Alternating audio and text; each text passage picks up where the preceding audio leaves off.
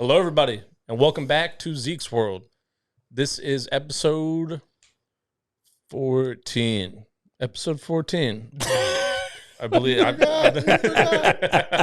doesn't fucking matter. It could be whatever episode I want. I'm gonna put it out. You're seeing this. It's the next one that's coming out. But anyways, thank you guys for tuning in. I got a really cool fucking guest today. I've known this guy now for what? It's got to be almost like 3-4 years now. Mm-hmm. Known you, and he's the owner and operator, founder of Golden Mushroom Company. These guys are down here in OB, always pumping out some fresh ass mushrooms, and he's just a really cool fucking guy in general. Also, a very creative dude. My friend Max. Hey, thanks for having me, man. Dude, thank you for coming on, man. Absolutely. We've been talking about this shit for a hot minute now. It's been a long time. I didn't know there's that many episodes out. Yeah, I didn't either. Sometimes I lose count. Yeah. Yeah, man. I please tell us a little bit more about like what you do. Like, tell us about your business a little bit. Oh man, yeah. So, Golden Mushroom Co. Started 2 years ago. We're going into year 3 now, so just completing 2 years. But whenever COVID hit, lost the serving bartending job, and got back to the roots of growing mushrooms. So we started growing enough for us to eat, and we're doing like oyster mushrooms, and then spread out to hooking up the neighbors with mushrooms. And then my spare bedroom became a grow tent, and then the garage became the grow room, and then we got into markets and so on. So it's been cool as fuck to see that growth, man. Because I remember like when you were first just fucking like really like dipping your toes back into it, and it was just like, I don't know, I just think it's really cool, and it's definitely it's inspiring too, because it's just like really put your like head down and do something. Like, look where you're at now, 3 years later, man. That's really fucking cool. Yeah, thanks, man. You're doing it right now. Well, I'm doing something. Cheers, Zeke. Oh yeah, I forgot the cheers. Cheers, man. Thank you for coming on. Yeah, brother. I remember he gave me some pink oyster mushrooms to take home one day, and I'll be honest, I was like, "Fuck, I don't know how I feel about eating mushrooms." And then you told me, "I just You're garlic, one of those guys." No, don't do it, Zeke. And then he gave it to me, and then he changed my mind on mushrooms. So I was like, "Damn, that's that shit's fucking delicious." Tell me how you cooked them right now. Don't lie. No, you told me to saute it in butter and garlic. Okay, so that's what I did. Cook them. Okay. Yeah. I was checking. It was delicious. Sure. Yeah, I was following your steps because I was like, "Are you the texture guy? You don't like the texture of the mushrooms?" That's me. Yeah. No. All right, I'm out, guys. I've been waiting for you to. I've been waiting for you to like cook me a meal or something, or have you like hook up with like a chef or something, and like do like a collab. That'd be dope. He's with the chef right now. The fucking lives in his house. Oh shit. That is very true. I've actually, whenever he came in, I've been waiting for him to do this for so long because his food is so incredible. He'll literally be making food for himself at the house, and he'll be plating it, and like literally some sauce or something will get on the edge, wipe the plate, clean it up, and do it right. Michelin style stuff. So whenever he came to living in the house, I was talking to him, and I was like, man, I will film everything because I'm already editing content reels and trying to put out stuff for Golden. So I was like, I'll just do all your cooking reels. That's what I'm used to, is doing cooking reels. So please. And so I had him make the accounts, and now I come home and he's like, come on, man, we got to film this. I'm like, oh, okay. But I told him I'd do it, and I want to do it, and everything's coming out incredible. Dude, everything looks fucking delicious, man. Yeah. I'm like, I did. You're showing me the one video when I was over at your house the other day, and I would love to have somebody like that living in my fucking house right now. That would be fucking amazing. I left behind a butternut squash pasta dish that he's making, and I was supposed to be filming it, and I literally left from behind the tripod. I was like, I have to go do this podcast, and he's like, are you serious? And I was like, yeah, I'm sorry, man. And I left. So he's gonna film it on his own, and he's got it, but I'm thinking about that pasta. Hopefully he still saves his son. Probably not. He's bitter. I don't think so. He's gonna save you a fucking noodle. Just one. That way you can taste how good it was, but like it's just so dang. It's like trying to eat like one Dorito, you know? It's just like it don't feel right. You can't. Oh shit. So what have you always been interested in mushrooms, or is this like what was your plan with it from like the get go? Growing up, not so much. Where'd you grow up at? Maryland, I Okay. would say. Before Yeah. that, Tennessee. I had a weird path. I was actually born in California. No shit. Okay. Right. Yeah. I used to live out here too for like 6-7 years. Yeah. Oh, so you did the leave and come back thing? Yeah. It was fucking. Yeah. I've had a. Okay. Yeah. Go on. Yeah. Go on. Yeah, I was born in the Bay Area, then to Tennessee, then onward to Maryland. But growing up, I was always outside in the woods on the East Coast and around nature a lot, but didn't have the fascination about mushrooms so much until later in my life. My buddy and I took it upon myself leaving high school to eat mushrooms for the first time. Had an incredible experience, man, and was trying to explain that to my buddy. Honestly, he was really straight edge. He was the type, like we were smoking weed in high school, and he you know how you do the not inhale thing? He goes, and he's like, I'm smoking weed, guys. You know, it was like You just smell like weed. You're not he smoking. was there, yeah. So, but honestly, like whenever you look at those people later, I mean, he was crushing it. Yeah. So he wasn't doing it. Anyways. Yeah. So I'm coming to him and like, you gotta try this, man. This is incredible. It's not like any party stuff we're doing whatsoever. And he's like, absolutely not. And I was like, okay. And he was like, I wouldn't do it unless we grew it. And I was like, okay. So I'm on the computer and I'm looking Say up. no more. Hold my Yeah, and I'm looking up like they have like little like tub grow things that you can do. There's not a lot of stuff for growing like there is now. So we grew some under my friend's bed in high school too. You see? You His did mom, it. what was it? You know, what the fuck, like the plastic stowaway containers. Yeah, We did yeah. it. We did it in a couple of those. And I remember his mom found it one day, and she just threw away our She's entire. like, what is that? Yeah, she's like, "What is that?" And she opened it up. And she's like, "Oh my god, it smells so bad." Yeah, And then she just made us throw it away. But, yeah. You think she knew? I mean, it's It looks so weird. It does. It looks. They look like alien penises Mm-hmm. sprouting up. That shit looks fucking. It just looks weird. I don't know what an alien penis looks like. I've never seen one myself, but this is. If I had to guess what an alien penis looked like, a sprouting mushroom isn't far off. It's not. It's not. Man. Yeah. So our first like tubs went okay. What'd you guys grow? Like what Penis envy. Penis envy? Yeah, Okay. we did. That's cool. Yeah. Nice. Yeah. So speaking of alien penis, so our first tub went good. We had some cakes and grew like a couple mushrooms off of them, and then I remember he tried them. It's hard to recall because it was like 12 years ago now. He ate them, and I remember we're sitting down looking. He's sitting down looking at the floor, and he's just starting to get on a good one. And we're sitting there, and I'm like, yeah, man. And he's taking the deep breaths, you know. And fall was just starting to happen, so it was like beautiful outside. I'm like, we should go outside. And he's kind of not responding. And I'm like, I don't really want to be in the room right now because I want to be out in nature and whatnot. I hate being inside while I'm on mushrooms. I turn around and go over to my computer, and I have my little, I don't know if you remember this song is sick.com, but that was my little blog post to find new music. So I get on there, scroll down, and Good Kid, Mad City dropped that day. No shit. And pull up the Kendrick Lamar album, and I play Don't Kill My Vibe for the first time. And I ended up opening up the window because he's first floor and crawled outside when the computer speakers were playing it, and it was fall and the leaves are coming down. I was like, this is amazing. That is fucking magical, man. Holy shit. Yeah, but fast forward, that turned us both on to it big time. Like we got into tissue cultures, doing all sorts of stuff, and just truly fell in love with it. And now I have Golden Mushroom Co. here.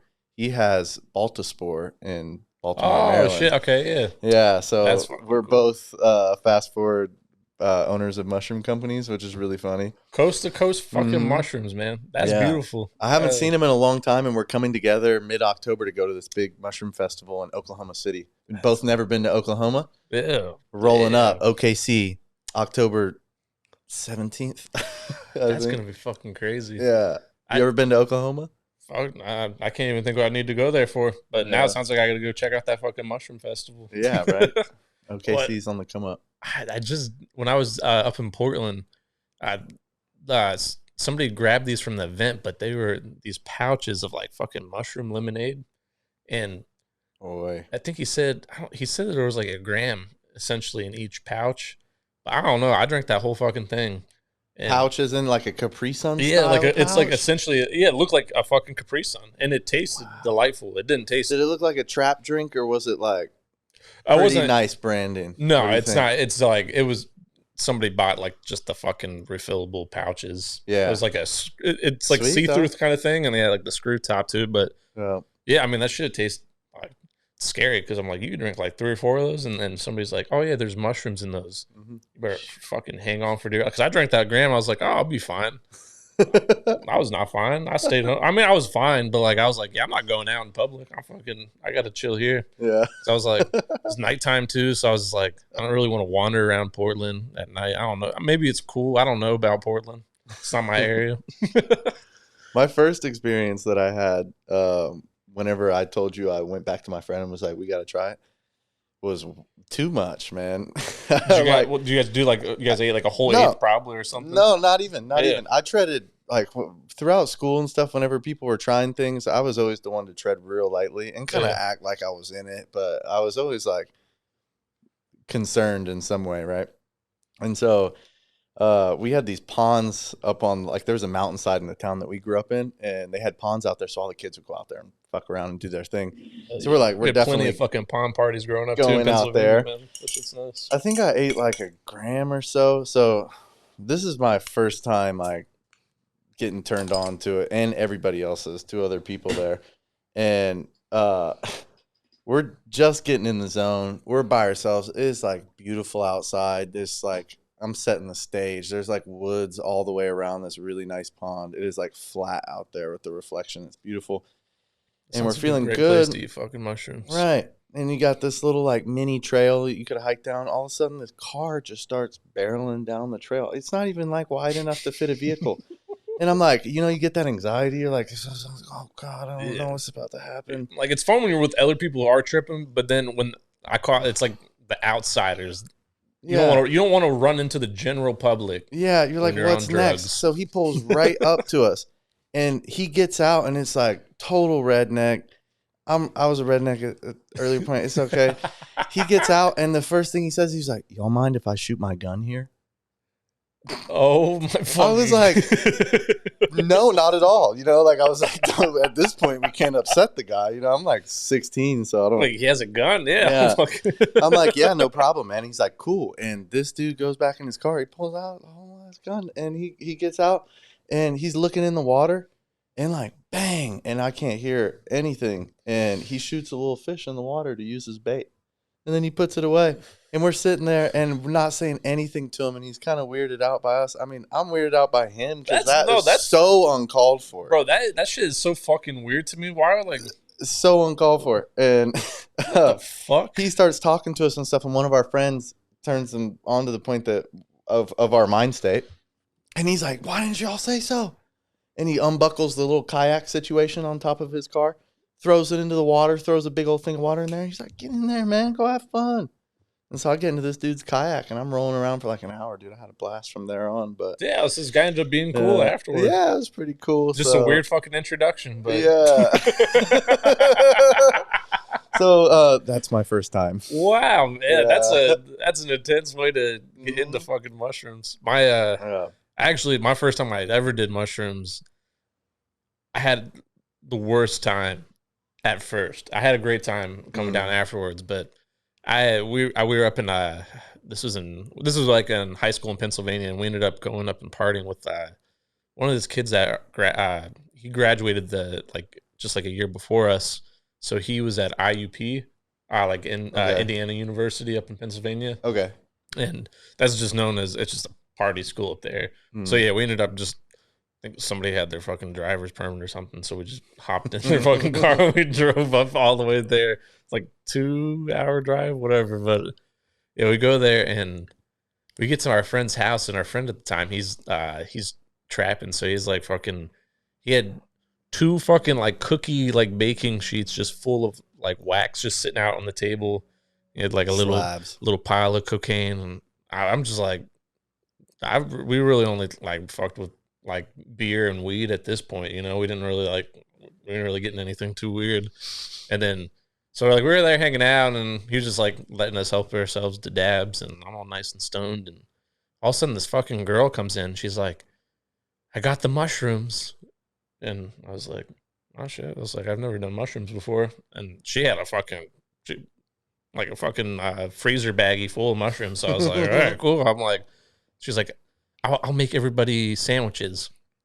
I was like, oh, cool. And so what she did, she just made like peanut butter and jelly sandwiches with like an eighth of shrooms on each. She's just like kind of fucking like, just fucking machine claw grabbing out of the fucking bag and just like sticking on the sandwich. So I ate that sandwich, and I only told you about all the dabs beforehand because I still then kept taking dabs afterwards. So I'm fucking just ripped out of my mind. And I've totally forgot I ate an eighth of shrooms now at this point. So I'm just like sitting there on the fucking floor of the living room, and they started playing was it Pink Floyd, like Dark Side, like whatever the animation thing was. And yeah, so I was like, it was pretty cool, but that was intense as fuck. And I was like, it's kind of making me uncomfortable. So I was like trying not to look at the TV. So I kept looking away. And then the ceiling caught my attention. I look up, and the ceiling, like I was like looking into like the bottom of a swimming pool. Like it was like fucking liquidy, and it just was fucking really weird. And then the dude, what I think made me uncomfortable is then there was this guy next to us who was also tripping, and he was definitely not having a good time. So he was kind of like freaking out. Always makes it tough, man. And then I got that fucking intense ass TV show on, and I got a liquid fucking ceiling above my head. So I was like, yeah, I'm like, I gotta go outside. So I fucking ran outside, and dude, I was like, I don't know, I just wasn't feeling good. So I tried to just chill out, and then I ended up going back in to the bathroom, and I just sat on the fucking side of the tub, and I just hung out in there for like a good hour until my friend came in and he got me. An hour to you, it was 8 minutes, man. Oh yeah, I was like, luckily I didn't look in the mirror. I just was like chilling on the fucking side of the tub, and then he calmed me down. And then after that, I was like, actually had a really good time. I was like, oh, okay, I was like, just it's the come up was intense as fuck, and then once it hits, you're like, you're fine. But I was like, I never experienced. That was the first drug I experienced besides weed at that point. Oh, fucking Adderall, but I took that for it's outside of the scope of anything you've ever tried. In terms of psychedelic, yeah, that was my very first like time touching off with that shit. It's really cool to be able to share this stuff because I haven't gotten to talk about a bunch of them. But the same guy that I was talking about, his name's Michael, that owns Baltaspor. Yeah. The same one. We've had so many experiences together. And this one time we ate 2 grams, and we're already like seasoned at this point. And we're like, we're going to go big, but not big. We're going to eat 2 grams and be cool. So we're just like, we're still young. And we go in with the peanut butter straight right into the Jif jar. Bro, that's how I still take my shrooms to this day. Ain't nothing wrong with it. I fucking love shrooms and peanut butter. Whatever gets you going, man. So we do the damn thing. 2 grams. This is great. And I remember it was something that we had also grown at the time. And we go on outside. We're like, okay, we're going to start a bonfire. He lives in the middle of the mountains. It's beautiful outside. And I'm like, I'm going to go to the bathroom real quick. I go to the bathroom. I remember looking at the shower curtain and being like, it's only been 20 minutes. Like, I'm in it already. And I was like, it just felt intense. I immediately had like gastro upset, the whole thing. And that's what I got too from eating. I think it was because I didn't realize we took like a fucking macro dose. Like everyone at the time, that was like, if you wanted to trip on shrooms, you ate an eighth of shrooms. Right. And I realized you didn't need to eat the entire fucking bag you got. That standard was ridiculous. Taking a shit on mushrooms like that feels. So I step back outside. I come up to Mike. It's almost the same situation. Like I come up to him and he's just wide eyed. He's staring at the fire, and he's like, "We got to put this out. We got to go inside." And I'm looking at him. I'm like, "Dude, like I think we should take a second. I definitely think we're about to go on more of a journey than we expected, but let's keep the fire going." And he's like, "Nah, dude, I heard stuff outside of the fire, and it's kind of like it's pitch black outside, so the fire illuminates so much, and then it's wood, so it's scary." So I'm like, "Cool, let's put the fire out." We go fill this whole thing up with water. As soon as the fire goes out, whole vibe changes, and I'm like, I'm in pitch black, and I'm like, all right, let's hike it back over to the house, go inside, right? So we get all the way to the inside, and by that time we see the stars. It's beautiful outside, and he has a change of heart. He's like, I don't want to go in the house. And I'm like, well, we just put out the fire, man. So we end up laying down on the patio together, like And we're like, I don't know, like 21, 22 years old. And we're like side by side, like little kids. Like, I'm close with this guy, man. And so we're laid up together and we're staring at space for so long. We're watching satellites go across. Like, you see that satellite? Yeah, I see that satellite. And it's been what feels like hour and some change. All of a sudden, the security light goes on out front and it illuminates the house because we're behind the house. So the light comes on up front and we can see the outline of the house. And the cats don't put on the alarm or don't put on the security light. And so he's tripping out. And I was like, I didn't hear a car come down the driveway. And we're starting to get that freak out moment. And I'm like trying to calm him down because same thing with the fire. I'm like, my man, he's going to be good. And then he's not looking. I'm looking around the side of the house and it's illuminated from the light. All the cats come ripping around the side of the house. So like his mom, she's cat lady to the max. These cats come ripping around the side of the house.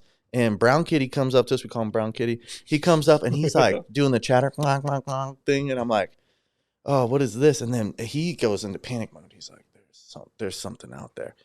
Dude, I look to the side of the house and this massive silhouette comes around the side of the house. And I'm like, oh, man. And I'm like, Mike. And he's like, stop trying to freak me out. And he won't look. And I'm like, no. I was like, Mike, can you sit up? Can you please sit up, man? And he's like, no. And I'm like, I'm going to get up and I'm going to run to the sliding door. And he's like, no. And he just freezes. So I get up, run over the sliding door, bang the sliding door open. I turn on the light. There's a full-grown bear. Real life, full bear. And we look at each other. I look at the bear. The bear like looks at me and the bear's like, oh my God, and turns around and runs full speed away. Like did not want anything to do with us.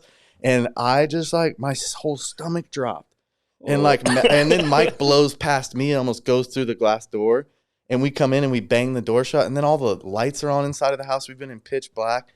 I'm just like, the next 40 minutes from that moment were terrifying because of the adrenaline jolt. Yeah. But it was a real bear. It was mind-blowing, dude. I've seen some bears out there on the property, not in that mindset. And Mike, I know you'll co-sign me. It was insane. God damn. Yeah, so that's like our oh shit moment. If we're together and we get into any bar conversation, it's hard not to mention to this day. Yeah. That's crazy as fuck. Oh, man, we did. I think what was I did mushrooms first, and then I didn't really, besides like seeing like the fucking ceiling turn to water, I didn't really like get any other crazy fucking visuals. Super casual. Yeah, just the fucking liquid ceiling, right? Yeah. But I did. My friends brought acid back from this music festival, so I was like, I don't really know what the fuck acid is. Like, I never really fucked around with that, and so I don't know. They had, I guess they said they were like double blotted or something like that. I don't know. I know nothing about this. Yeah, I don't really know what the fuck that means either. I'm assuming that just means there's a concentrated amount of acid on that fucking thing. But we just did one. A lot, yeah. They lived in this trailer out in the middle of nowhere in Pennsylvania. I shouldn't say nowhere. I fucking lived there too. We lived in the middle of fucking, we just lived in the middle of fucking nowhere. But yeah, we were. It was cool. It was a nice place. Like, it was our party house basically. Like, we could draw on the fucking walls. We had big ass fucking bonfires out back. They had like a little creek going through the backyard too. It was just we grew up under similar circumstances. Yeah, dude. It was just freedom, man. You can do whatever the fuck you want. I mean, I don't know. It was just nice America. Oh, say. But yeah, I'm not getting into the fucking whole like Star Spangled Banner or nothing. But I do fucking love. I do love Pennsylvania, man. I love the East Coast. Like, there are like things I do. I love it out here more, if I'm being straight up. But I don't know. Like, I'll always love being back in the woods and shit, man. That shit feels nice. But all right, give me your acid trip report. Fuck, my bad. Yeah, well, I'm getting off fucking track. Come on, man. Yeah, they gave me the fucking acid, and they were like, "Oh, we're gonna go walk our dogs." And I was like, all right, well, I'm going to sit here. And they had put on Adventure Time, and it was like, this shit's fucking intense as fuck. And I was sitting there enjoying it, and I don't know, I kind of started getting this like weird fucking like peripheral, like, I don't know, just, like, felt like somebody was watching me. So I kept like looking over, and my friend drew I don't know, I think it's like the protector of nature or some shit, like face on the wall.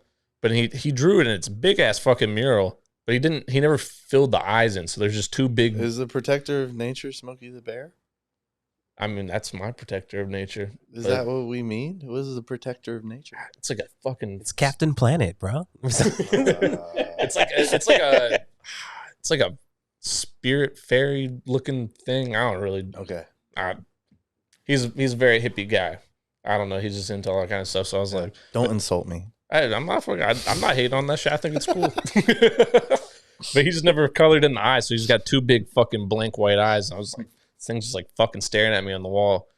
And so I'm just kind of like chilling there, and then I noticed like I'm like movement, and I look over, and the drawing on the wall is kind of going like shifting a little bit. And I was like, that's not fucking right. Like they shouldn't be doing that. So I'm trying to just like look away from it and pay no attention.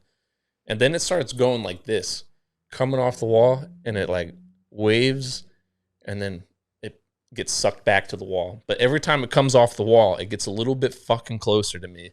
And it got up to the point where it was like in my fucking face. And I fucking screamed, and I ran out to the fucking front door, and I just sat in the dark by myself because my friends still weren't back from walking the dogs. And they get back, and I scared the shit out of them because I'm just sitting in the fucking dark, like on the porch. Like I'm just sitting there, and I was like, hey guys. I'm like, what the fuck are you doing sitting out here? I was like, I can't go inside until you color the eyes in. So I made my friend go inside and finish drawing the eyes on the guy. And then I went back in the house, and I was fine. But that shit terrified the fuck out of me. That fucking thing kept coming off the wall at me like some Looney Tunes shit. I was like, looking back, it's cool. But like in the moment, it was definitely not fucking cool. I was not having it. Podcast turns into full trip reports. Oh, shit. I'm ready. So Max, I know you just also had something come out for your business pretty recently too. What would you like to tell us a little bit about that? Yeah, for sure. We started doing grow kits probably a year and some change ago, and every mushroom grower is already making quote unquote grow kits. They're just making large commercial blocks to grow mushrooms. Yeah. So we were packaging a smaller kit for people to try, and we were just slinging these like smaller blocks out for $20 in a cardboard box for a year, and just stamp our logo on there and be like, you can buy the mushrooms fresh here, or you can take them home. And now we've actually made a packaged product. It looks beautiful. Yeah, thanks, man. We just started off with pink oysters, lion's mane, and we're just getting them out to people. And it's an experience for people to try growing mushrooms for their first time. So they're going to be in nurseries, hardware stores, all of our markets. Wherever you can find us at pop-ups or anything, we're going to be selling them. We're going to do them online as well. But following that up after they come out, I want people to use the grow kit as their first time intro to growing, their first time intro to mushrooms, their first time that Mike and I had whenever we were growing mushrooms. That's just everybody's first in. Yeah. And then after that, I want to follow it up after we fully release grow kits online with classes and showing people how to do everything from scratch. Because I think as much as there's going to be the 2 grow kits that we release, awesome. We have a product that outlives mushrooms because mushrooms last a couple days. So we have a shelf-stable packaged product. That's great. But there's going to be an amount of people that buy that kit and then go, well, I want to learn how to do this and make it an affordable, reoccurring thing. So I want to bring classes, education, and learning to people free of cost and find a way that, like, if you want to buy the kit, buy the kit. But if you want to buy the kit and also learn from us or learn from me, then just look through all the content and you'll never need to buy a kit ever again. So as much as we want to sell a product, I want to show everybody how to grow. There's going to be a small amount of people that are going to start setting up their grows and figuring out how to do it. Well, and I think when people see that too, they're just going to be like, damn, this guy really knows what the fuck he's talking about. This is going to make him want to buy even more fucking mushrooms from you, you know? Yeah, amateur. I would not call myself a mycologist. I almost said amateur mycologist. I wouldn't even call myself a mycologist because we're talking about studied people that more of a fucking mycologist than your average bird. So hey, I appreciate it, man. It is like hobby turned to job. You know, I mean that's the dream for me. Yeah, that's the dream, man. Yeah, and I think that's fun too, man. I'm like, it's cool to hear about like. You've been into this shit for a while, so I think that's pretty cool to be like, cool. Like, oh, now let's fucking now we have a whole functioning fucking business out of this thing too. And I think it's just fun because you fucking love doing it too, which makes it even. I don't know. Yeah, it's not all like sunshine and roses.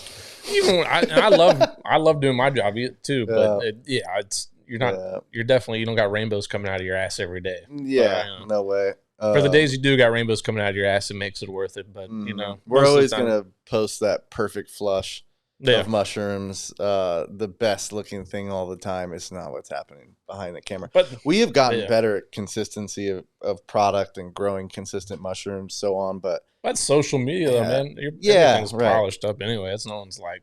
Right, of course. I love it whenever people do show the uh-ohs, but and that's which we should start doing, man. Yeah, and like I think it's cool to be like, it's human. You're gonna fuck up, like I don't know. Yeah, that's why I think when you see stuff like that too, that you definitely connect to like I don't know content like that more because you're like, oh, this is legit, like 100%. Yeah, it's just like there's always something new. Whenever you're like, I have it figured out. Yeah, it's so. Like mushrooms will very quickly remind you that you have to keep everything in check all the time.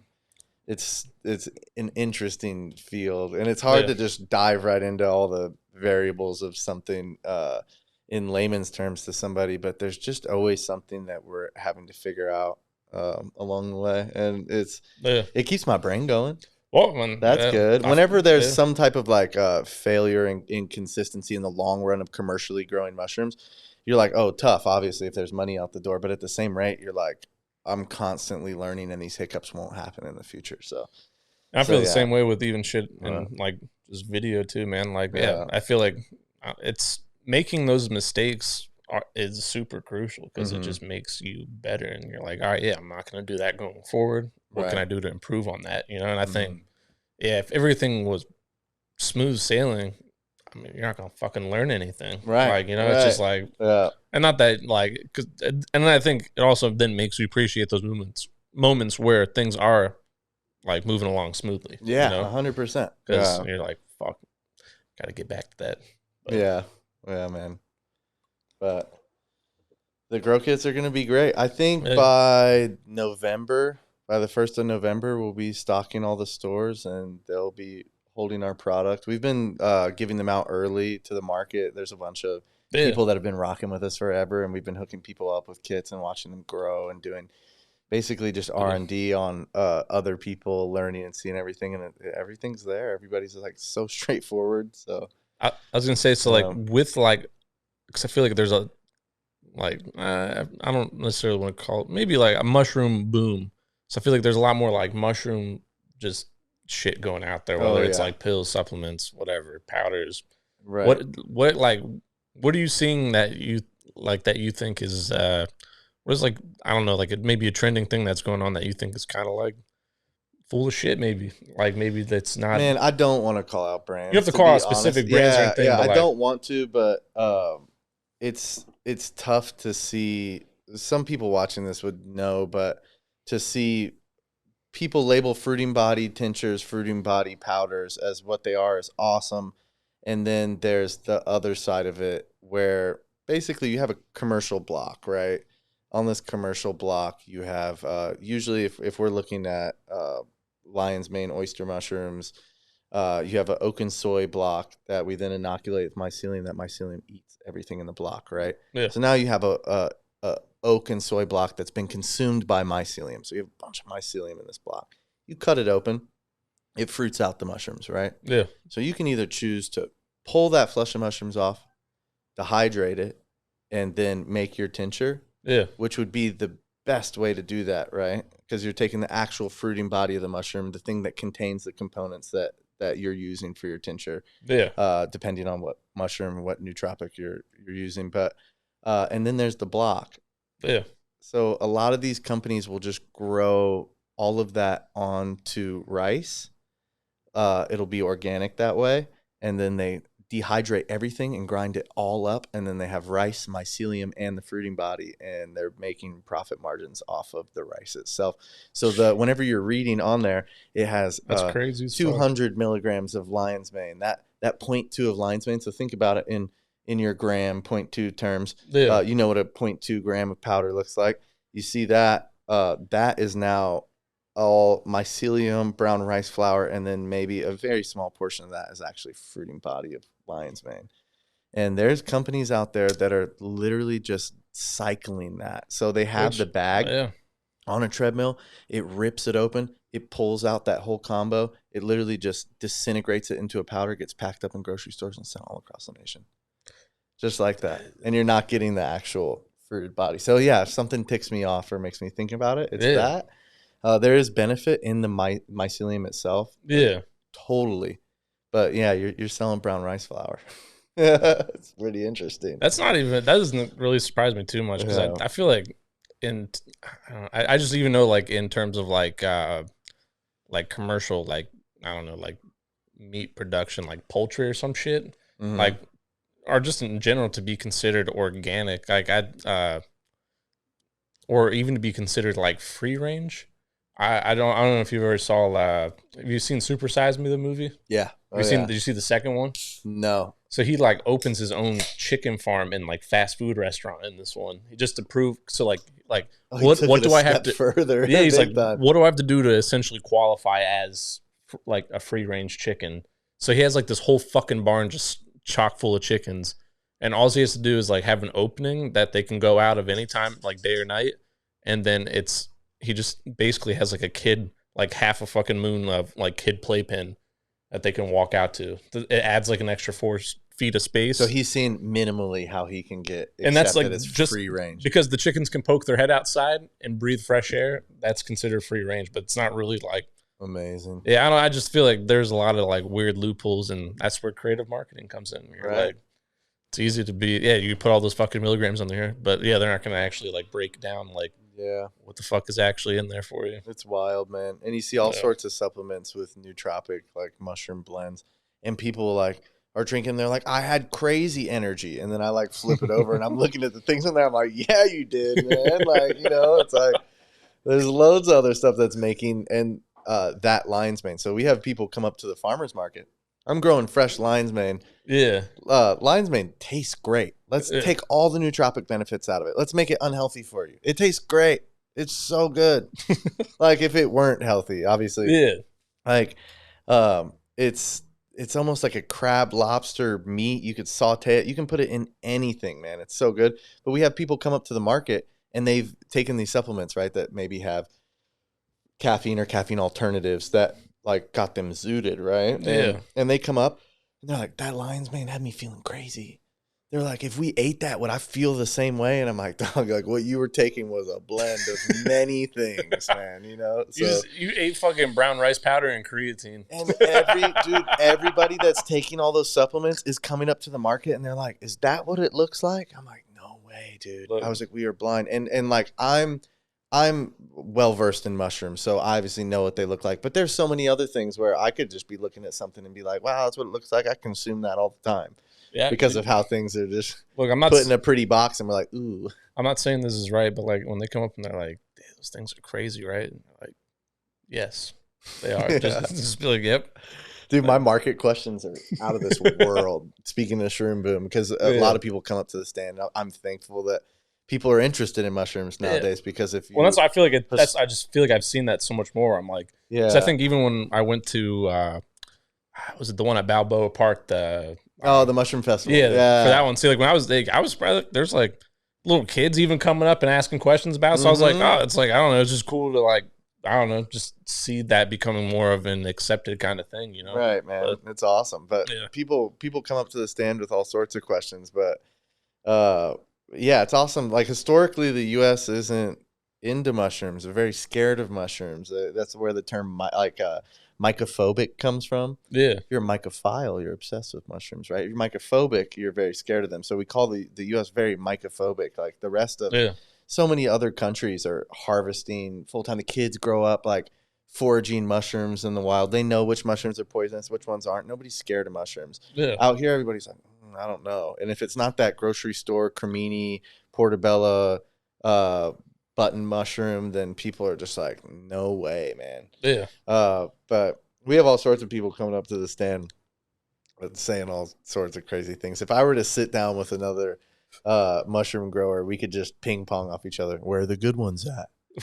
You know, like the questions are like, what is that? That looks like cauliflower. The lion's mane. Different things, you know. It's just like I've done it so many times with people or other growers, just ping pong things. Yeah, that's another thing that's great, man, is the community of people. Yeah, I was gonna say the mushroom community in general just seems very like, I don't know. Everyone that I've met so far seems pretty fucking cool. I even just from like the mushroom page on Instagram, like, I mean, yeah, I don't know. I feel like I talked to so many just like random cool people on there too. Man. Just like, it's fun community, man. Yeah, the growers and how everybody, at least everything I've experienced. Obviously, there's everything across the spectrum, but I've had way more good experiences than bad with the mushroom community. Everybody's so cool, man, and yeah, rising tide brings all ships, you know. So like every single time somebody calls me, like I have a buddy that's in Northern California that grows. I call him Jake from Fungi Farms because it's like Jake from State Farm, but his company's Fungi Farms, and he'll call me all the time. He'll have questions, and then I'll just literally give him all the info that I could possibly think of to help him. And I think he started a year or two later than me, and he'll come back with information for me, and I'm like, no way, cool, you know. And there's no hiding information whenever you're in the same thing, especially with agriculture, obviously with other things. This is just what I'm into. You find a lot of people that are like, well, I'm not going to tell you how to do that. Well, there's a lot of gatekeeping. Yeah, there's gatekeeping, and I think to an extent that's important. Whenever it comes to like, if you have something that you spent your whole life figuring out, obviously you're not just going to come down and show the next door neighbor how to do it. Yeah, it's important to some people, and I totally understand that they spent so much of their time putting something together, and then you'll see somebody whenever you decide to be nice, show them something, and then they take it and run with it and steal your idea and market it better or something. So like, I totally understand people to that extent, but whenever it comes to basically like public information or something, or I share away, man. I share way more than I've ever thought of gatekeeping, and just try to help everybody come up with something. And then whenever I'm shit out of luck or something, I know that you don't know the whole mushroom process, but there's a lot of steps along the way where you can contaminate things and things can go wrong. I could call my buddy up north and be like, I'm in a bind, dude. I need like X amount of grain spawn for this. It just gets shipped down immediately. And he knows, likewise, I would do that for him at any moment. Yeah. So it's just like everybody's helping each other. And I think that's like, I feel like, I don't know, I try to be as helpful too. And people like reach out with questions on stuff just because why not? Like, what's the point of like, especially even like if somebody's like, oh, where'd you guys shoot that at? Or I don't know, like just little shit, or like, hey, what did you use? Like, I don't know, like what lens did you use? What camera are you using? Like, I don't know, just simple shit like that where I'm like, why not just tell people that kind of stuff? It just seems like weird to not be like. Is there that same thing in filming and shooting stuff where people are like, man, I'm not going to tell him? Sort of, or no? Is it? I mean, there's definitely some people who just think they're like, I feel like there's definitely a lot of ego. But I feel like with any kind of thing you get into, the film community is cool too, man. I mean, I'm like, you meet cool fucking people. I mean, you got cool people and you got assholes and everything you do in life. You know, that's just fucking life. But all right, good point, Zeke. Yeah, no, I mean, you're right. But I feel like I don't know. It's because I think then it comes back to you too. Because then like maybe I get stuck on something or I need help with something. Then and then we just kind of can go back and forth like that, and then just help each other grow. Because life isn't a pizza. There's enough for fucking everybody, you know. That's why I just think it's kind of weird. You can all grow together. Like I don't think it necessarily like. While like I don't think competition's necessarily like. There's such thing as healthy competition. And also, for sure. You know, like I just think it's part of the game. But you don't have to be fucking mortal enemies necessarily. Like you can still help each other. Right, 100%. Yeah, I think there's enough room for everybody. For sure. Except gas and oil. We don't need no more. I could think of a few things. It's snakes. No more snakes. Or mice. I just had to fucking pick a dead mouse out of the back of my fucking fridge. You ran about this mouse, God dude. damn, that thing was gross. It smelled so bad. Dude, I don't even want to talk about Baltimore. You're talking about one mouse. We would call them city kitties. City kitties. They were huge. Oh yeah, this thing was just a fucking little fucking gray mouse, and it was like, I don't know, they're cute, but not like a fucking rat. Like, there's a big difference between a mouse and a fucking rat. Yeah. Oh, huge, man. Yeah, it's like the difference between a Chihuahua and a Great Dane. Like, Let's talk about Baltimore City kitties. This is off the topic of mushrooms. All right, man. So these things were like we're talking no tail. We're talking no tail. These things were huge, right? And then you add the tail. That thing's thick, man. It is huge. It's like a fucking gourd with a tail. It's crazy. I could think of a few things. So they would go into all the trash cans. We're talking the big, thick, top opening trash cans that you put outside with all of your trash, right, in the city. They would drill through those things. Like they must have had like a team, and they were like, "Yo, Tom can drill through the thing. We all go in there. We get the food. We leave." Right. So they would do that, and on the neighborhood society, they put up this thing, and they're like, "Listen, all of our trash cans are getting ran, and we need to replace them." So they replace them with these new heavy duty trash cans. The next day, they post this thing, and there's just a perfect hole drilled through. So these things, the Baltimore City kitties are crazy, man. I came home drunk one time, and I always leave my keys somewhere. Have to copy the key. Thank you, my old roommates, for looking out for me in that time of my life. I was coming into the backyard, and there was this massive rat, dude. And I was like, "Oh yeah, get out of here! You know, you think you can do that? Boom, you're out." He squared up with me. He sat up, and he's like, "What's up?" He's like, "It's my trash. I'm eating your trash right now. You want to step bitch? out of here?" Yeah. And I'm like sitting there, and I can't get him to move, and I'm scared, of course.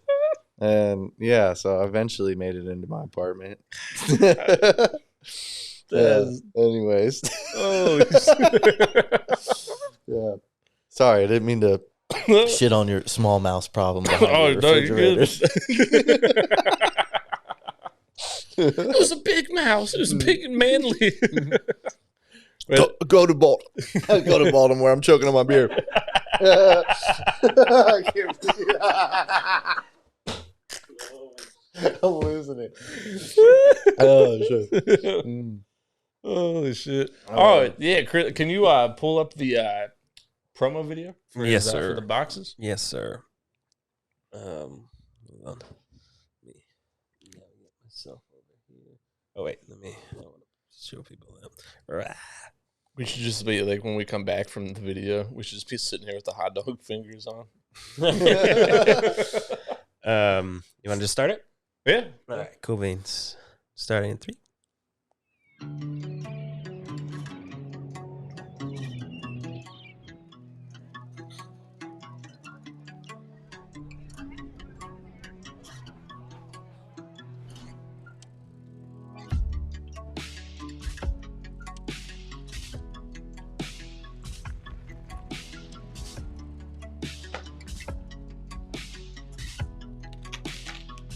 Clean as fuck.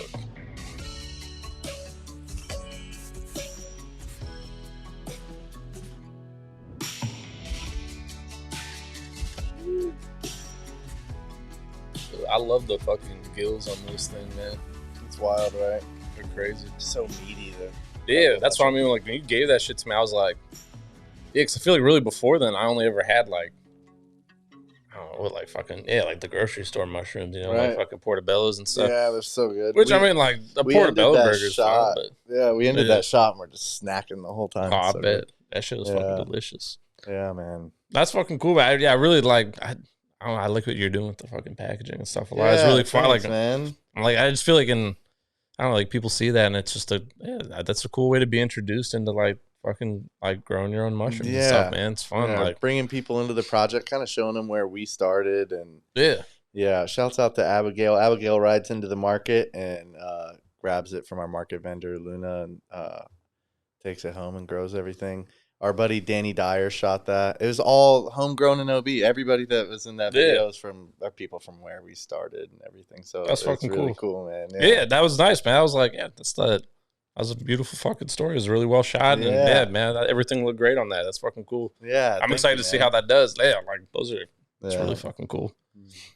Yeah, actually, so like when I started getting into like making the mushroom like art, I have if you guys haven't seen, I have a page called Bring Us the Fungus. I make mushroom themed art. I've probably talked about it a handful of times on here. Maybe I haven't. This might be the first time. I've never got no released idea. the Yeah, I don't face think of you who have. is actually behind Bring Us the Fungus, and I didn't know if we were going to drop that today.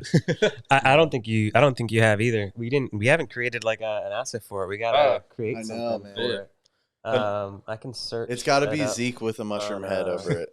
You can probably find me from the top post. Max took these beautiful pictures of. Oh wait, hold on. Let me share what we're seeing. Cool. We're on your page right now, Max. Yeah, Max, like on the top left, that one. I think. Yeah, he took. We got some 4x6 prints done. This one? Yeah, that one. You can find my page from there. Max, took that photo of my photo. It's crazy as fuck, right? Inception, bitch. Pretty good. Picture of a picture. You like my picture of a picture? Yeah. But yeah, this is the Bring Us the Fungus page. But yeah, I started making this actually right when COVID started because I was out of work. I didn't have anything to do. Yeah, man. And I was like, that's my favorite fungus finger. Oh, yeah, that's a pink oyster from the grow room. If I'm not mistaken. This is one of This is one of Max's mushrooms right here. Yeah, that was one of my favorite. I saw a girl flipping through the market and she pulled that one out and she goes, "Ugh." Yeah, no, that's. I was like, "Hey, take that back." That's all right. I like that. I like some of it to make people a little uncomfortable because it makes you a little uncomfortable doesn't mean you can't like it. You know, right? I don't know. It's like sometimes Lord I just want the shrooms. Sometimes I just want to make you laugh with weird shit. But yeah this started like during COVID too because I was bored and it's like I have to make something or I'm gonna lose my fucking mind sitting here. Mm-hmm. And then I was also doing a lot of mushrooms during that time just because the fuck else do we have to do? I was eating weed and mushrooms and playing video games and I was like, I need to do something a little bit more constructive with my time. And so this Bring Us the Fungus then was born out of boredom. This is incredible, man. It's so good. Hey, man, it was fun. I still love doing it. Just it's a fun process. I'm so glad we're carrying those prints. Oh, Chris, if you can go back to my bad. I wanted to show one of the ones that we did with another one of his mushrooms. Too. Yeah. Which one? Which one? To the Uncle Fungus. And then if you go back to the just like grid view.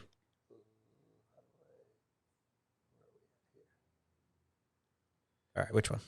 Go down. That's all. I gotta. Cool. I gotta do another shoot so I could shoot some more shroomies. The cookbook, man. The cookbook. Oh yeah, dude. I'd love to do the cookbook idea. Oh, that's a great idea. I think that would be so fun. Each like custom piece for each dish. I'm curious, which one are you looking for? Is it the gold oysters? Right there, the flamingo one. That flamingo, yeah, that one. That center one. Yeah, because I have like, if you slide over, you can see the mushroom I used on it. Mm-hmm. Oh, you have a picture of the actual shot. Yeah, this was nice. This was like the actual shot. Yeah, we put them on the toothpicks in there. I remember it. Yeah, so it was like, that's why I was like, it's a pretty rough setup, but we took that rough setup and we made something fun out of it. That's awesome. Yeah, that's one of Max's mushrooms right there. That's so good. Nice feathery pink mushroom, man. But yeah, all that shit's fun. Yeah, man, it's been cool that they had to have like, I don't know. I really like fuck with what you guys are doing.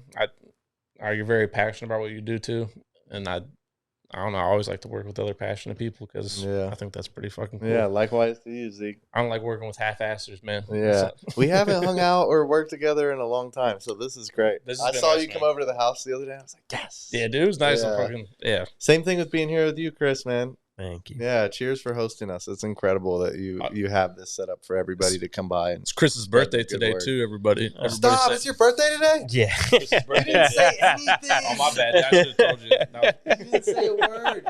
You brought a gift. You came bearing gifts, man. And I love what I'm doing, so it's not really like work. I'm making him work on his birthday. Happy birthday, man!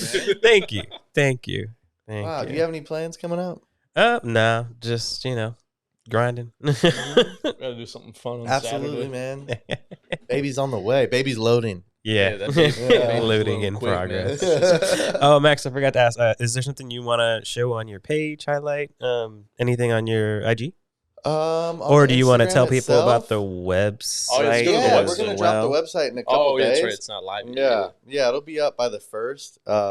And right now, people can just put their information in, but honestly, it's gonna be dropped in a couple days, so people will actually be able to subscribe to the Grow Kit. So there'll be a Grow Kit subscription where people get everything they need to open up the kit, to water the kit whenever it comes to spray bottles, cutters, everything, and there's just a package set up to do a pink oyster and a lion's mane, and you can choose to have that as a one time or receive it every month. That was really cool. Yeah, man.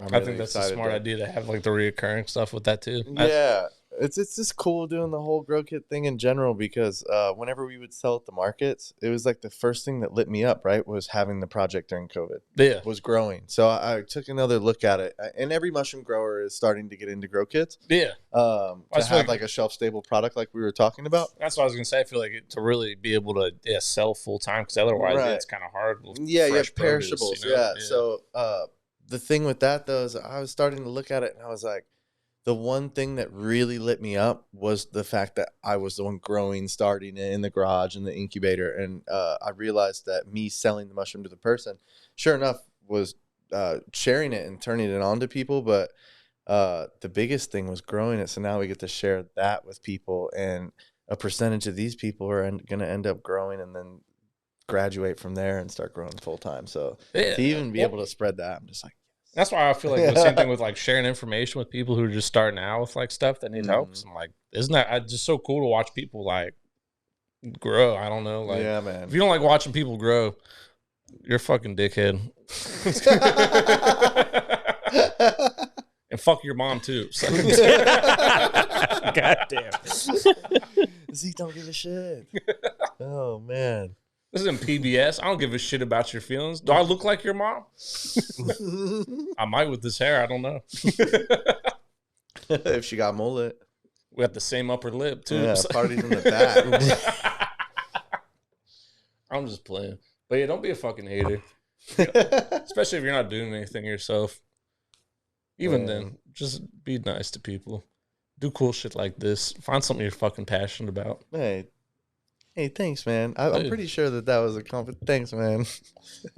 Yeah. I'll fuck with you, Max. You got aggro there. I got a little scared. My aggression wasn't at you. I'm not angry. I'm pissed off. Man.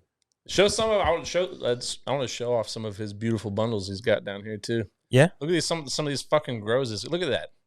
That fucking guy right there. He's got like whole fucking his half of body's just fucking mushrooms. Oh yeah, this is the cooking he was talking about earlier. Oh, lion's mane garlic butter. Who would have thunk it? Yeah. Bro, I feel like I need to unfollow you and follow you again because this is my first time seeing this shit. You're not popping up in my feed. Oh, what? Banned. Yeah. What the fuck does that mean? This happens with a lot of mushroom growers because I use the mushroom emoji, the word mushrooms a bunch. So if you look at some of our comments and some of our posts, which you can't find here right now because I delete them all, but people are like, call up XYZ person. They're the mushroom plug. Oh, that's a huge spam thing. I get that all the time on my fucking page. You have a mushroom page. Yeah, I get that all the fucking time. So you see it all the time. So the algorithm is absolutely aware of that and then shadow bans people. So we've been shadow banned. So if you were to put us to be shadow banned, if you were to put us in the search bar and you were to type in golden mush, usually we would come up. You have to type in our full name. Yep. And search us to see us. Yeah. So it's brought our people coming to the page, everything has brought it down quite a bit. Can I ask, could you sidestep it by like adding someone to your favorites? Like, you know how you can star like someone? Like, what do you mean? Like you can add like it's like favorite friends to like adjust on your feed. He has favorite friends set up, I think. Oh, like close friends? Yeah. Like, could I add you to close friends and then like it'll avoid that and show you in the feed, or just shadow banning including that? I think so. I'm really not too keen on it. Actually, Alex, who is our friend, just for people listening that aren't, Alex turned me, put me onto the fact that we were shadow banned because he went to search us and he didn't see it, and he was already aware of what it was, and then told me, he's like, hey, by the way, this has happened to you. And I reached out and, of course, didn't get any response. Instagram doesn't respond. So get back to you. I mean, you could imagine how many people have issues or things going on, so there's no response. Even cannabis pages too have the same problem. Like, it's just basically like until they allow this shit on the open fucking market, they're gonna just I don't know. I think it'll be a long time that'll be frowned upon. And the thing is that a lot of the gourmet growers are the ones getting shadow banned. They're put in a box. Yeah. And it's like, I mean, we're sitting here talking about trip reports, loads of other stuff. I support the growers. I do everything. But, I mean, look at the page. It is very obviously a gourmet page we're just doing gourmet mushrooms. We just love mushrooms of all forms. But the Trippy algorithm and doesn't care. crazy. It just sees the text that's written and says, okay, definitely selling mushrooms, and they're not gourmet. I guess I don't know. Well, I just feel like they just like oh, he said mushrooms. It's probably drug related, right? Damn, look at that. Go back. That one was beautiful. Yeah, that is sick. Black pearl king oysters are those gray ones in there. They grow good in the colder months, which obviously you could temperature control room and do it. But those things are so good. I want to take a nap. I'm not growing them right now. All right, I'm growing them again. Man, hey, there's Sam. Mm-hmm. Yeah. Damn, that's crazy. So many things, man. Yeah, that's what I mean. Like, and I feel like just seeing like all the mushrooms and shit like you had, I was like, yeah, you showed me a different fucking like side of mushrooms. I didn't really like.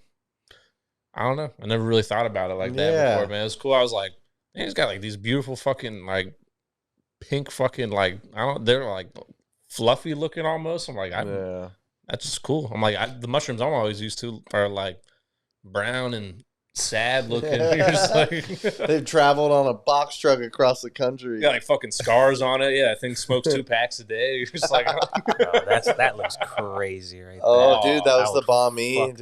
It was so good. Chris over here getting ready. Look at that. He's like, I want my birthday bomb me. Do you change the texture on it when you cook this one like that? Like, is it crunchy or is it like still? All right, the thing gummy? with pink oysters is you can make them crispy, and a lot of people say it tastes like bacon. And shut the fuck up. It's so good, man. It is a meaty fucking mushroom. You're not like, he's not bullshitting you guys. Like, some of like people are like, it tastes like chicken. Everything fucking tastes like chicken. This shit. Have you ever heard of chicken in the woods? I have. I've never tried chicken in the woods. All right, cool. Hey, is that basically jackfruit? Mr. Chris, can you pull up a picture of chicken in the woods? Okay. That's the shit that grows like off the side of trees, right? It makes you throw jackfruit in the trash can, man. Chicken of the woods or chicken in the woods? Oh, man, chicken of the woods. Stephanie's tried making like barbecue, like jackfruit, like pulled pork, barbecue jackfruit. Yeah. And I had, like, with that, it's not bad, especially like you got like sandwich roll and stuff. But like, I don't. All right, there we go. Okay. Yeah, Laetoporus gilbertsoni, if we're looking at it the Latin way. It looks like coral, man. Yeah, it's so good. That's so beautiful. This mushroom's incredible, man, and it actually grows in San Diego. If you look at the holy shit amount of mushrooms that you could forage in San Diego, it's pretty thin because we're usually super dry. I have a place in OB. Yeah. In the neighborhood in OB, there's a tree growing, and I know where to pull chicken in the woods, and we're talking like city neighborhood. Oh shit, bro! It's got like candy corn coloring. Oh, it looks crazy, right? So that's crazy taste. All right, so you know whenever you cook chicken and it kind of gets dry and like chalky whenever you go to eat it sometimes. So it's like if it were like the fat of steak is like soft, fat, salty, good.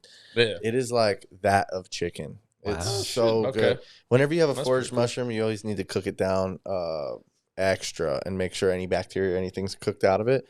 But man, it's probably a safe bet for eating wild things.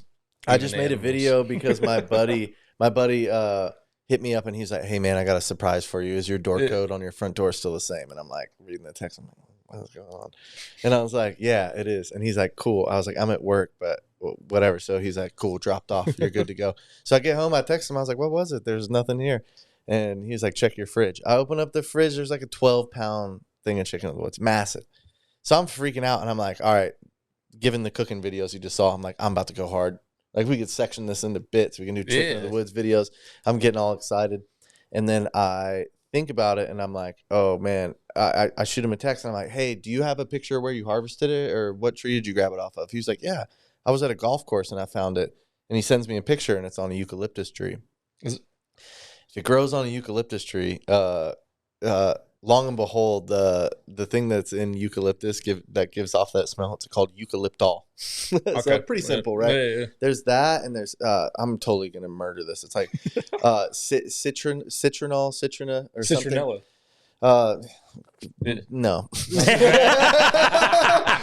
He said, "Fucking no." Yeah. That's for mosquitoes, bro. Nice but It gets absorbed into the mushroom itself, so you actually have to beware of your host trees. So there's people on YouTube that are like, listen, I foraged this off a eucalyptus tree. I'm going to show you how it won't make you sick. I'm looking at that, and I'm like, good luck, because I'll take one off the oak trees, and if it's on eucalyptus, I won't. So it soaks those oils up, basically, and if you eat it, you'll get big gastro pains, man. It hurts. And I've heard of people having the and eucalyptus shits. oil is fucking strong too. I mean, I just know that from You can imagine how it could hurt you. Imagine if you were just pop open that essential oil and take a little sip. That shit's got a lot of A little sippy sip. because for if you get like infections and stuff too, it's really like a good like natural like antiseptic or some shit. But yeah, I mean, great for topical use, but I don't know if you want to be fucking ingesting that shit internally. That's probably I could see how that give you the shits for sure. Yeah, man. That sounds so. That's a good call. Because my dumb ass, I would have never thought to ask that question. Been like, let's fucking put some butter in a pan and get to work. Right. Chris, I'm gonna keep you on the move if you don't care. Yeah. Look up Morels, Morels. Yeah, that was I think that was the one I just made of that peacock one too on the page. Nice. Yeah, it was a morel. So a lot of these mushrooms you can't grow indoors. They have a special relationship with the roots of trees. So chicken of the woods. Chicken of the woods, morels. I'm just naming choice edibles. There's literally thousands of mushrooms. What would happen if you tried to grow this out of say you try to make like a grow kit from it? Would it just not? You can't, and I'll tell you why. Yeah. But so looks like a brain, dude. So unless in that grow kit we give you like a 50-year-old tree that you can take home, you can't. So there's the roots of trees are very vast across underneath the soil, right? Yeah. So they're literally sheathing. The mycelium itself that's underneath the ground is sheathing with the roots of these trees and then fruiting these mushrooms. So it's like essentially like it's so essentially just covering the entire fucking root system. Right, and they're linking multiple trees to each other. I'm sure a lot of people have learned this with all the documentaries that have recently come out. They're actually sharing networks and connecting trees together. It's like Avatar, but without the special effects. Plus, let's add some capitalism in that hoe. There is an underground stock market, dude. So the plants up top are harvesting carbon, and all the mycelium underneath is harvesting phosphorus, loads of other things that are in the soil, and they trade on a live basis. So they're like, all right, how much carbon do you actually have? And he's like, I got like this much. And he's like, cool, well, this phosphorus, I only have this much, so it's worth more. And they'll trade based off that rate. Obviously, I'm humanizing the fuck out of that. And I appreciate that because I think it's because I love mushrooms, but I don't know. I'm not like, I'm not super educated in it. Yeah, so to look at these mushrooms that you can't appreciation. Yeah, that you can't grow indoors. It's called mycorrhizal mushrooms. That means it has that relationship with the roots of trees, right? Okay. So I'm just naming choice edibles. You have morels, chanterelles, chicken of the woods, all these other mushrooms. They're forage goods. So down here in San Diego with our agricultural department, I have to sign and list what mushrooms I'm going to be growing that year. Right. Oh, okay. And I'll list a lot of ones that I'm not growing at the time, just in case I decide to grow them later. Yeah, that makes sense. So the one on the fingers. Yeah. So if I'm growing those, I can list them all. So I wanted to start bringing some of these forage mushrooms in. We know a lot of people that are in Northern California, Colorado, Arizona, and they're basically bringing these foraged mushrooms around all across the United States. You can pick them up next day delivery, and nobody in the farmers markets has access to these like wonderful mushrooms that people come up and ask for all the time. Yeah. I want morels. I want chicken of the woods. I want this. And I'm like, I can't. And here's why. So I put it on the load sheet, right? And I'll put all the mushrooms that I'm going to grow on there. And I was like, you know what? And I put chanterelles and the forest mushrooms on there and say, I'm foraging.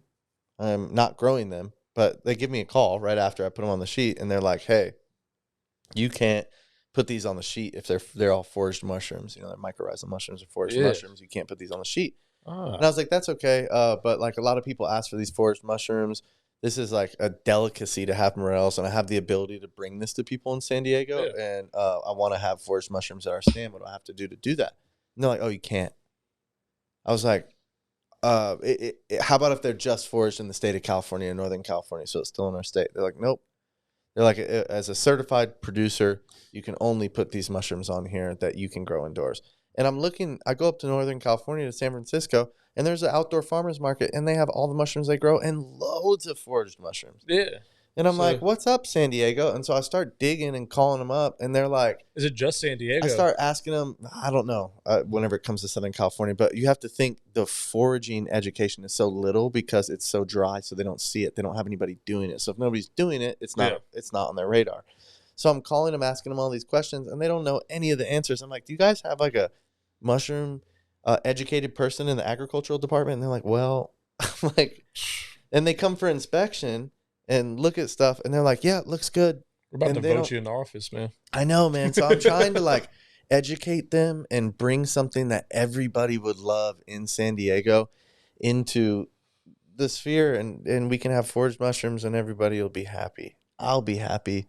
So we have a guy that wants to start bringing foraged mushrooms in. I'm going to figure out how to make it happen. They said that I could set up outside the farmer's market and sell them. I'm like, I'm not going to do that. Like, put it on my license. Let me do it. I'm trying to bring mushrooms. People just have a table right at the entrance. People are picking these full time, and I can bring them to the table for people to eat. There's people literally working, finding these things full time, and I just want to bring them to the stand. So then, I'm just sharing why I'm so then, do these people just sell what to like directly to like a restaurant or dude, this like culinary? Because I know they do. You talking about the foragers and stuff? Well, yeah, because I know they do that for I forget the fuck I was watching a while ago, but we're about to get into a rabbit hole. Like Zeke. Truffles. I was watching like the fucking truffle dogs and stuff. And yeah, so they would just go collect, and then they would sell it straight up to like the different like fucking like white truffles right now out here, $2,300, $2,600 a pound. I'm trying to get me a truffle pig. Are truffles in the mushroom family or no? Like they're a fungi, right? Absolutely, yeah. But this is the thing; they grow underground. And so it's a finding them is impossible. And whenever you not with a truffle pig. Man, Chris, please look up a truffle pig. All right, so yes, there's truffle pigs, but that's old news, man. There's dogs, and they're like the hypoallergenic looking dogs. I'm not a forager, obviously, so I'm not pulling dog breed names for truffle pig. All right, let's look up truffle pigs. Should I look up the meme one or first? Let's do truffle pig meme first. There's got to be something good on there. Every day I'm truffling. Truffle pig. So pigs were a thing originally. Now they use dogs. I think dogs are probably more efficient. Right. But pigs are smart as I heard a crazy story. So whenever like people find places that these truffles grow, and they find the hot spots where their dogs are pulling lots of truffles, they're usually, obviously protecting these areas. Yeah. And if they ever see another truffle hunter, fucking gold rush, you stake your claim. It's that, if not worse. I mean, yeah, people have gotten shot over truffles. Whoa. You could literally look up truffle hunter killed, and I'm sure a couple. Because I mean, you're fucking with someone's livelihood at that point. You're like, you stumble in on that shit at the price. So that's they're picking fucking gold out of the ground. There's a forager out, or not a forager, but a guy that distributes foraged goods, and he has a license to bring them in from Italy, to bring truffles in from Italy. And he posted a thing recently about his truffle hunters and his truffle dogs, and the teams that he buys from, and they didn't get any truffles because their dogs got poisoned and killed. Their dogs got poisoned and killed because the other truffle hunter was upset, and he took rat poison, and put them in dog treats and hid them in the area where he knew they were going to be there, and then didn't put his dogs out there and let that guy's dogs that he obviously loves, apart from them being truffle hunting dogs. Yeah. Obviously, they're work dogs and everything, but you could imagine the dude was devastated. Yeah, I mean, that's just fucked up. You just killed That's worse than coming at the truffle hunter themselves. Like, that's so personal. That's really fucked. Well, because then, one, you just hurt their fucking family pet, and then also on top of that, you just fucked with their business too. Because I imagine you're not gonna just go find a fucking truffle dog off the streets. So that thing's probably it's gonna probably cost you some money. Homie deserves to get lassied, bro. You need to take that dude out back. I'm taking that. Man. I'm an old yeller, that motherfucker. So they found him. I'm not gonna tell you what happened. Oh, I'm just kidding. They turned him into truffles.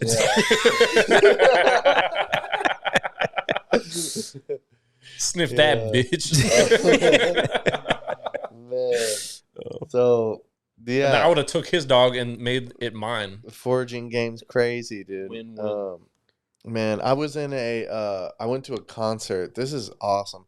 I went to a like jam band concert at Red Rocks. Yeah. I love Red Rocks. Have you been there? I never got to go to a show there, but when we drove when we moved out here, we drove from Pennsylvania to California, and then we stopped a few different places along the way, but that was one of the places we stopped was that Red Rock. You can hike around it and see it. Oh, it was fucking beautiful. It reminded me of like amazing. Pennsylvania on steroids, man. I'm like, that shit was so fucking cool. It was awesome.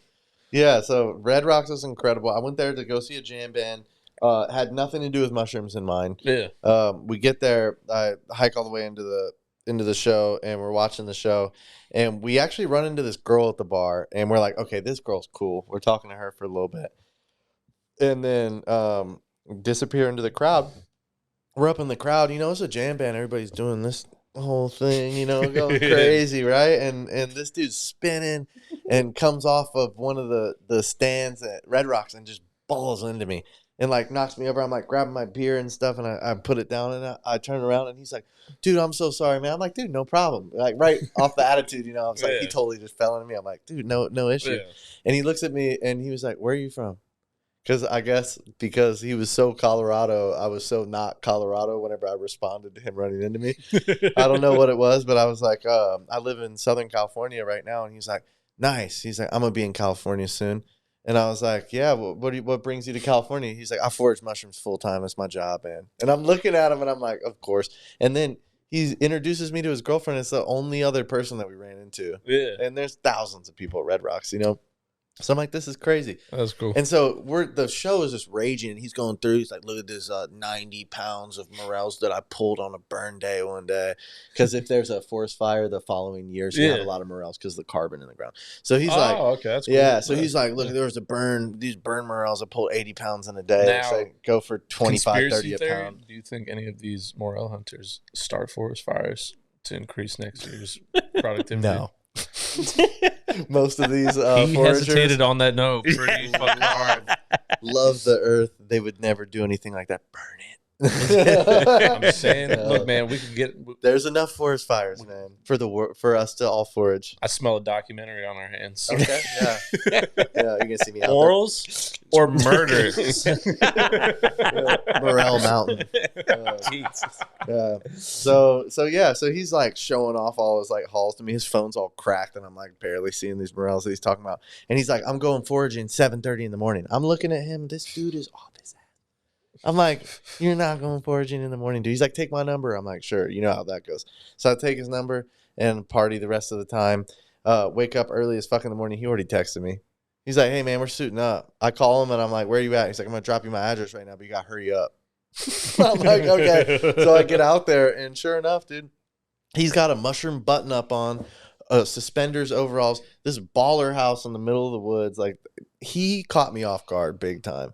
And he's like, get in the car. So we get in the car and we go right out. He starts surveying the ground where we were hiking. That's he was like, we need to go down like a few 100 feet in elevation. We're going to get some porcinis. I'm like, this guy. And we already found some stuff to forage and eat. And we went down farther, and sure enough, we're pulling porcinis. Yeah. And he's like, I can tell by looking at this right now that next week it's about to go off. And he's going for it, showing me everything. He took me everywhere. He showed me his foraging spots. By the way, a forager would never do that. I'm from out of town. Yeah. He knows I'm not coming back.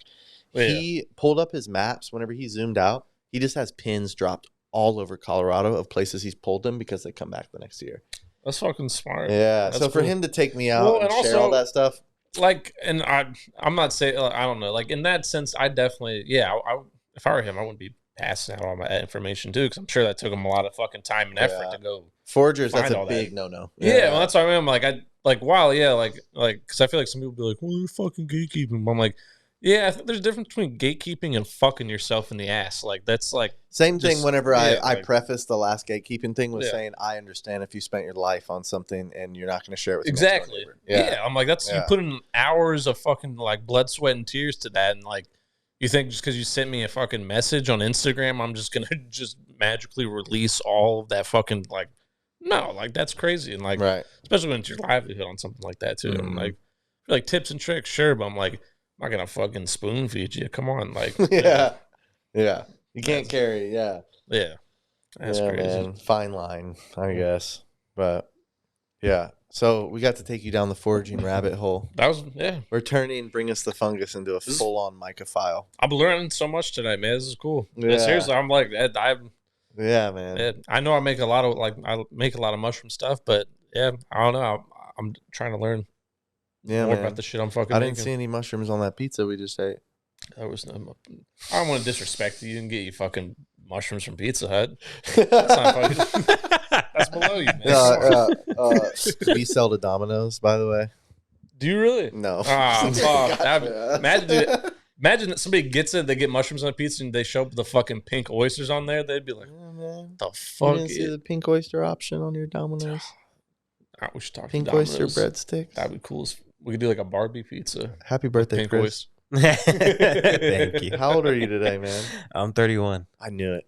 I don't know why I knew it. Yeah, Chris. Yeah, got the grays coming in, man. Yeah. I'm about to be 30. Oh.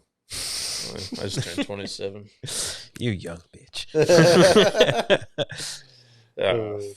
Doesn't matter. I still have to pay taxes and do shit anyway. Who fucking cares? I don't know. Well, it's fun because we all do shit that we like doing. Yeah, man. That's pretty fun. Yeah. I don't know. Hobby turned job. Let's go, all of us. Yeah. Yeah. Real. Well, it's also cool too because it's just like I don't know. You guys both work very hard at your jobs too, so it's just cool to be around people like that because I don't know. I feel like it definitely like you're hanging out with lazy people. A little bit that shit rubs off on you too. Yeah. Yeah. Not just 100%, dude. Yeah. It's tough. That was like a long learned lesson for me because I would go hang out, sure, with people that weren't as motivated or maybe were into things that weren't healthy for me and weren't even good for me. Yeah. But honestly, sometimes I would be going so hard, I would go find somebody that I guess you would label as not motivated, right? But they were making the choice to just hang out, chill, and not grind away at life's everyday tasks. Well, and so I would go hang out, and in Southern California, in San Diego, you have a lot of that. You know, like I'm talking about surf, do nothing, hang out, and it was great, man.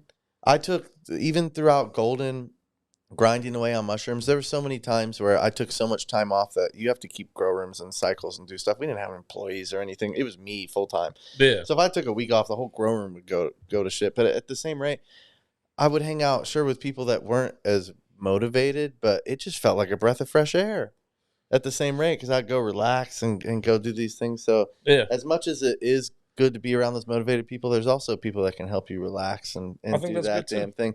Yeah, but then there's obviously the other side that's not as good, to hang around people that would bring you down or whatever. But I think it's good to have a balance of people, Yeah, I use like how some of other people might look at as my unmotivated friends as like a second opinion on how they view life and kind of relaxing and taking it a little bit easier. I think I've gone full hippie burner and disappeared and surfed for like a month at a time, and that wasn't really good for me on the sense of like keeping it together and on the road. So I feel like, especially when you're like running a business too, you gotta find, because chill time's just as important as fucking like you gotta have fun. Well, I didn't know what Google Calendar was yet, Zeke. So now I can plan my fuck off time. This guy showed me Google Calendar. I'm going to tell you something right now. I don't even want to mention this because I preach it too much to people. Sunsama. There's an app called Sunsama. It will. I used to use it, and then we stopped messing around. I don't know why we stopped, but I have to find a tool that like I'm still struggling. Like when it comes to to-dos, that's why I have a whiteboard desk over here. Everything goes on my desk. I'm still trying to find out how to like digitize that stuff. Yeah, I get them late night thoughts whenever I go to sleep. Like my most like, I'm like, oh, I need to do this, or you'd be like, oh, I forgot that. Like I use this thing called the backlog on Sunsama, and it's all your checklist stuff. Yeah, you could just do all your checklist to dos on the backlog. Then whenever you come in and start your day, you pop it open and you look at your backlog and you look at all this stuff that you're forgetting or should have to do, and you're like, I could do that one, and that one, and then you drag them onto your day. That's put really them out, fucking cool. And it's like my ADD brain, my like fucking I'm gonna go have fun brain. Like it helps me out so much. I get that stuff done. I gotta try that out too. I currently do the Post-it system.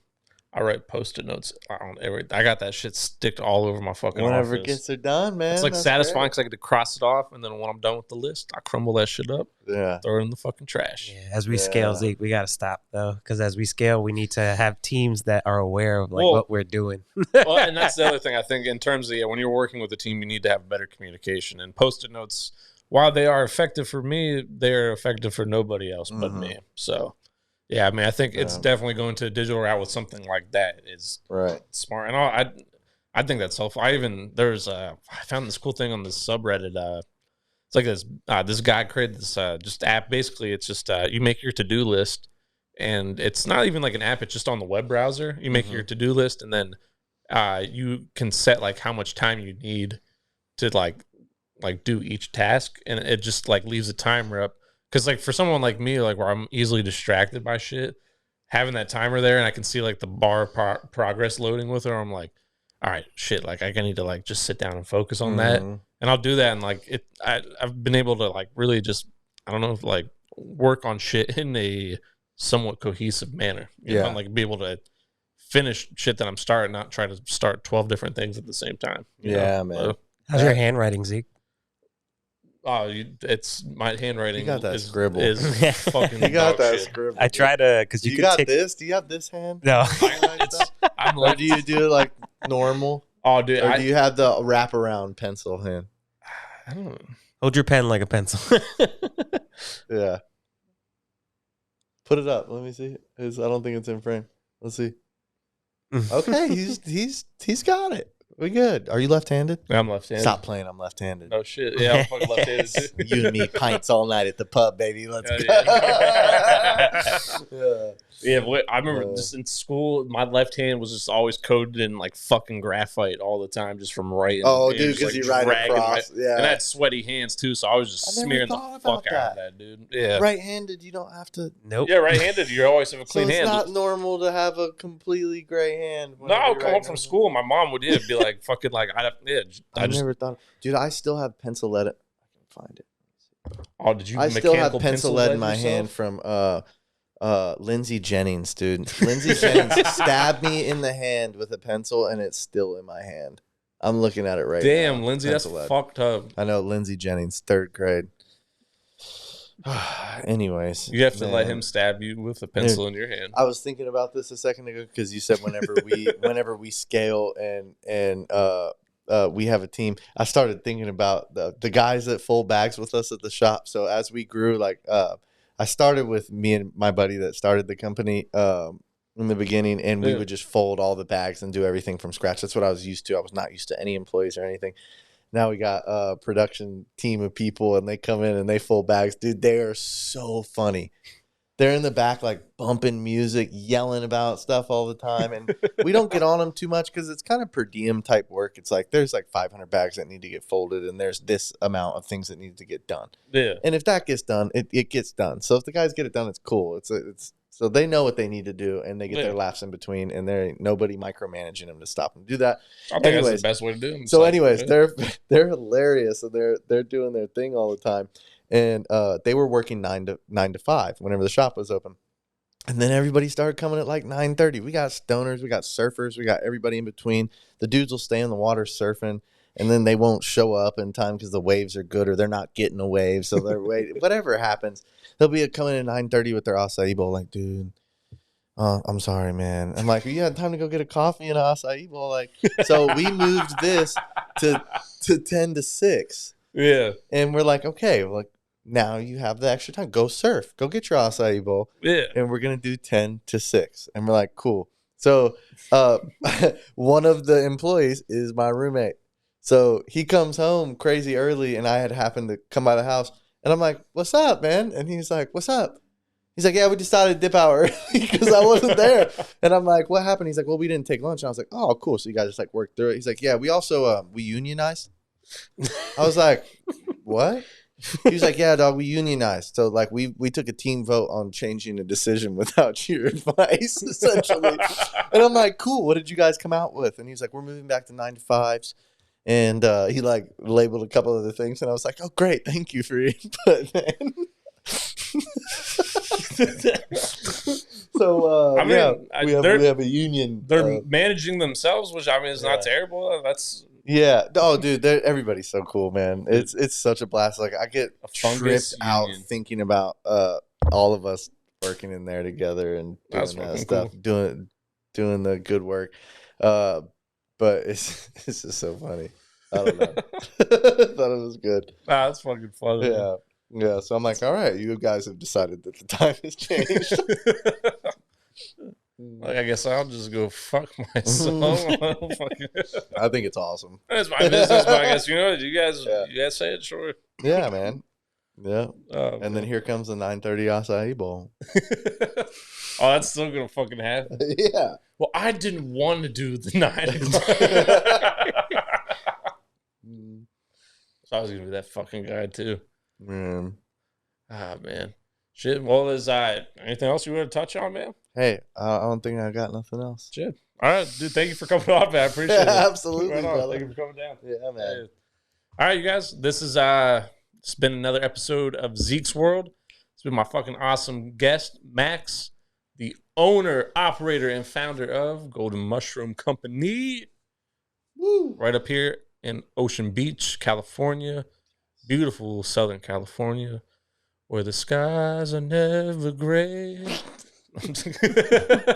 Rap it. All right. Put a like, comment, subscribe right now. You wanna push people to your what this is sponsored by Zeke's Visuals by Zekekitchen. Oh yes. This show brought to you by the beautiful people over here at a live studio production. I was talking about yours, but I'll put mine up now too. Don't worry. You know where to find my shit? Go in the description. If you're that curious, go in the description. Otherwise, fuck you. You watched to this part in the video anyway. And I hope you learned something, at least something cool about mushrooms. You can hate me, but you have to love my guest. I missed anything? How's it? No, you're good. You're good. Everything was just all out of order, but we're good. All right. We'll see you later, you salty sons of bitches. Have a good night. Cheers. Wait, say have a good night again? Oh, there you go. That works.